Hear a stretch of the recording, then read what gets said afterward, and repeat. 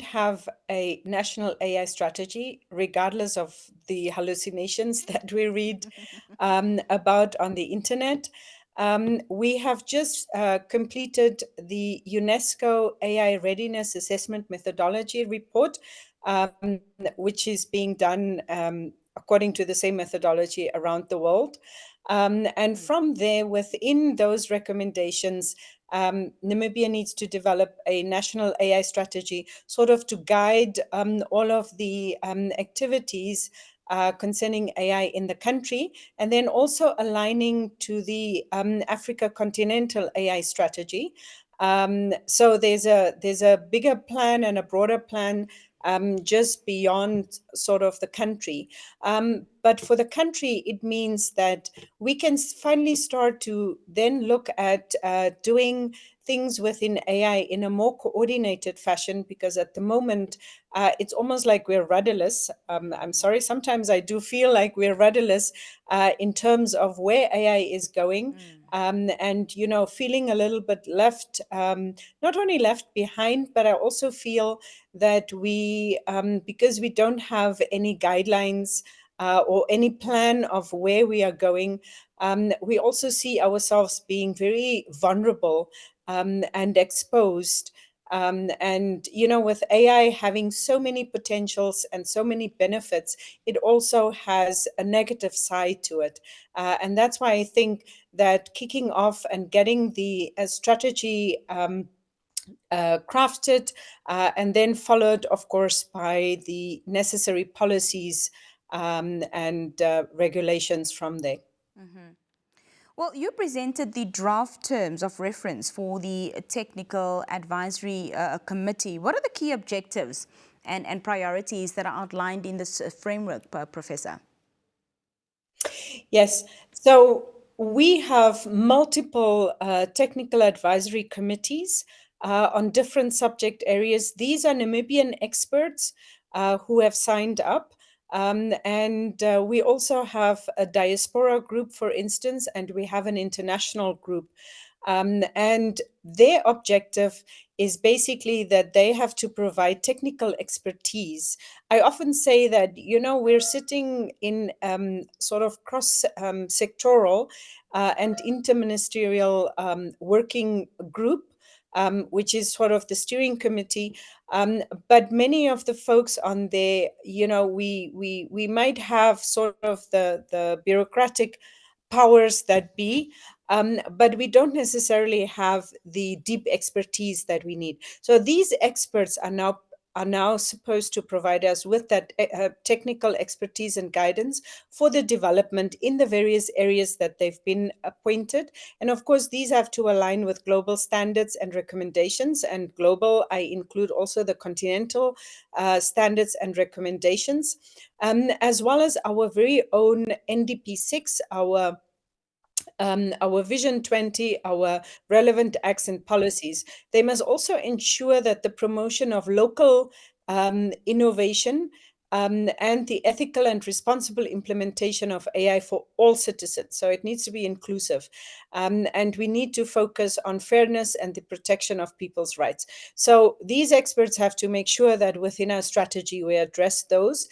And then, of course, also contribute to the understanding and addressing of key AI dimensions, which includes the regulatory functions, the sort of social and cultural dimensions, scientific research, educational, the economic dimensions, and of course the technical infrastructural aspects. This technical committee is consisting out of, as I said, not only are they experts, but they are also coming from a very diverse pool. That means that we have the private sector are very well represented. We have academia represented, we have government represented, but we are also looking towards having community represented on our committees. And then, of course, we have these international experts and our very own experts who are in the diaspora, who are Namibians who are living elsewhere. So just an interesting thing is that we have, for instance, one of the people on our committees has been involved in drawing up 3 AI strategies for countries across Africa. And we have another expert, also Namibian, who is also involved in many of the AI policies and initiatives on the continent. So I'm really very excited, about what we have in Namibia and where we are going and what they can bring to us. But that is basically, they will be providing the advice, the guidance, as well as helping to craft the entire strategy. I understand that one of the key areas that was highlighted was education and talent development. So how do you envision bringing AI or integrating it into Namibia's education system from, school to university level, and even perhaps reskilling the current workforce? Well, the that section, we are looking at it, for instance, from the perspective, as you said, it's from early childhood education that you're integrating AI into. But let me just say, for the general public, one needs to start off with AI literacy. So I think that's a very big key factor that all of us have to understand, what is AI, what is AI not, and um, I think that's a very robust understanding, and also sort of have the critical thinking skills and being able to make sense out of all of the data, and all of everything that one is confronted with. Then you have to integrate it, of course, from early childhood education right through basic education, right through to tertiary education. Tertiary education meaning universities, but also the TVETs. We have some experts from the TVET sector, because that sector is one where they are feeling that we have to, make the most strides in, and that we have to pay a lot of attention to sort of do training, particularly within the various fields of or dimensions of AI. Um, and then, of course, you do, as you rightfully said, you do have the lifelong learning, the micro credentialing that one can do, the on the job training. I know that because I'm involved at continental level also on the strategies, that we, for instance, looked at specifically at training while on the job. That integration needs to happen as well. So you need to, for instance, look at whether employers will be offered incentives to make sure that the employees are skilled on the job. What will those incentives look like? What will that type of training look like? Considering that you are dealing already with adults who are domain experts, and now you're bringing a dimension such as just AI integration in there already, in their workflows in. Then, of course, I'm very passionate about that we also ensure that decision makers and parliamentarians, politicians, that and lawmakers, that they are also sort of AI skilled, and that might take different types of AI skilling, to understand from a regulatory perspective, what am I looking at, what are the future dimensions, what are the future initiatives that can come in. We know that ethics, responsible AI, trustworthy systems, human-centered, and of course culturally aware and culture-centric systems is very key. And then, of course, with that education, what we want to do is, it's one thing to understand what it is, it's one thing to use it, but it's a whole other thing to actually develop it. So for that, Namibia also needs to concentrate on building the talent pipeline in terms of really making sure that we have developers within the country. You mentioned at the start of our conversation, Prof, that this national AI strategy is really to address this rudderlessness or lack of direction that we're going Yes. in when it comes to sort of giving this overall, direction for our AI strategy. So for the layman and also for, the individual who has interest within this field, will the strategy be made public? Is there somewhere where they can access it so that they familiarize themselves within the direction that Namibia is going?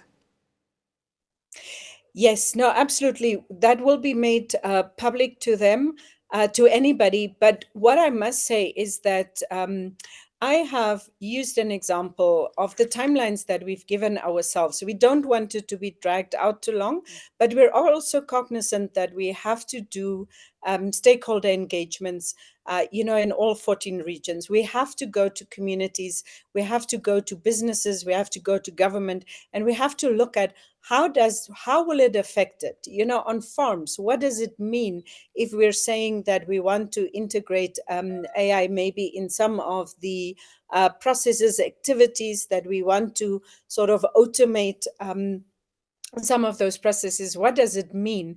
What does it mean for Namibia? Not, that we're taking a strategy from elsewhere. We will, of course, benchmark, but we need to know how does it affect our people, and we need to listen to the voices of our people. Now, we've given ourselves 6 months to do the strategy crafting, and then we will, of course, hand the strategy back to the Ministry to MESAC, Ministry of Education. Of course, the Ministry of ICT is also very much part of this. And of course, the other bodies such as CRAN. So we're all in this together. It's not that it's just one side. It must be very holistic for us. And that is why I think that yesterday in the session, the experts also felt that we need the media, for instance, for so much awareness raising already during the crafting of the strategy, so that we can have a product at the end of the day that everybody says, yes, I can see where we are going to. We're no longer rudderless. I think that we will never get everybody, right? So because people have their own opinions, and they are certainly entitled to their own opinions and feelings and so on. But we should try to at least, cover many of the citizens and their opinions and views, so that it's our own, it's Namibia's strategy. 100%. And I agree with you. It's exciting times indeed that we're making strides in this regard. Professor Peters, thank you so much for joining us this evening and joining us here on the Daily Roundup. Thank you so much for having me. That was Professor Anicia Peters from the NCRST speaking to us about the national AI strategy that has been launched. It is between the NCRST and, of course, the Ministry of Education, Innovation, Youth, Sports, Arts and Culture. We'll be back after this brief break. It's time for this week's Hot Topics. Stay with us.